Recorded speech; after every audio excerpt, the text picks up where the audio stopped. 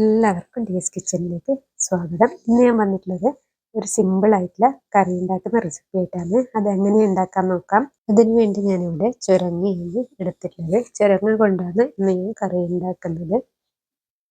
ഇത് നല്ലതുപോലെ കഴുകിയെടുത്ത് തൊലിയെല്ലാം കളഞ്ഞെടുക്കാം. ഇതുപോലെ തൊലിയെല്ലാം കളഞ്ഞെടുത്തിട്ടുണ്ട്.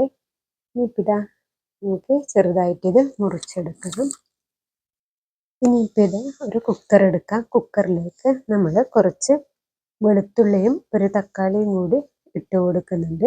അതിനുശേഷം നമ്മൾ ചുവന്ന പരിപ്പ് നല്ലതുപോലെ കഴുകിയെടുത്ത് അതാണ് ഇട്ട് കൊടുക്കുന്നത്. അത് ഇട്ട് കൊടുത്തതിന് ശേഷം നമ്മൾ മുറിച്ചെടുത്ത ചുരങ്ങ ഇതിലേക്ക് ഇട്ട് കൊടുക്കാം. അതിനുശേഷം നമ്മളിതിലേക്ക് കുറച്ച് ജീരകം പൊടിച്ചതും മഞ്ഞൾപ്പൊടിയും മുളക് പൊടിയും കൂടിയാണ് ഇട്ട് കൊടുക്കുന്നത്. ഇതിലേക്ക് ആവശ്യമായ കുറച്ച് ഉപ്പും കൂടി ഇട്ട് കൊടുക്കണം.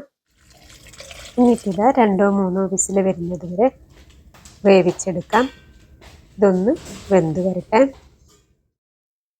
ഇതാ നമ്മുടെ ചുരങ്ങയെല്ലാം നല്ലതുപോലെ വെന്ത് വന്നിട്ടുണ്ട്. നല്ലതുപോലെ ഒന്ന് മിക്സ് ചെയ്തെടുത്തതിന് ശേഷം ഇതിലേക്ക് വറുത്തിട്ട് കൊടുക്കാം. അതിനു വേണ്ടി ഞാനിതാ ഒരു പാൻ വെച്ചിട്ടുണ്ട്. അതിലേക്ക് വെളിച്ചെണ്ണ ഒഴിച്ച് കൊടുത്തിട്ടുണ്ട്.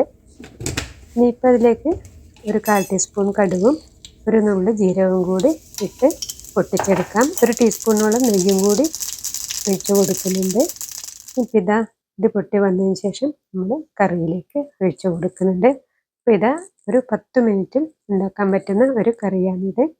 നിങ്ങളെല്ലാവരും ഒന്ന് ട്രൈ ചെയ്ത് നോക്കിക്കോളൂ കേട്ടോ. ചുരങ്ങ കൊണ്ട് ഉണ്ടാക്കാൻ പറ്റിയ ഒരു സിമ്പിളായിട്ടുള്ള ഒരു കറിയാണിത്. അന്ന് അടുത്ത റെസിപ്പിയുമായി അടുത്ത വീഡിയോയിൽ കാണാം.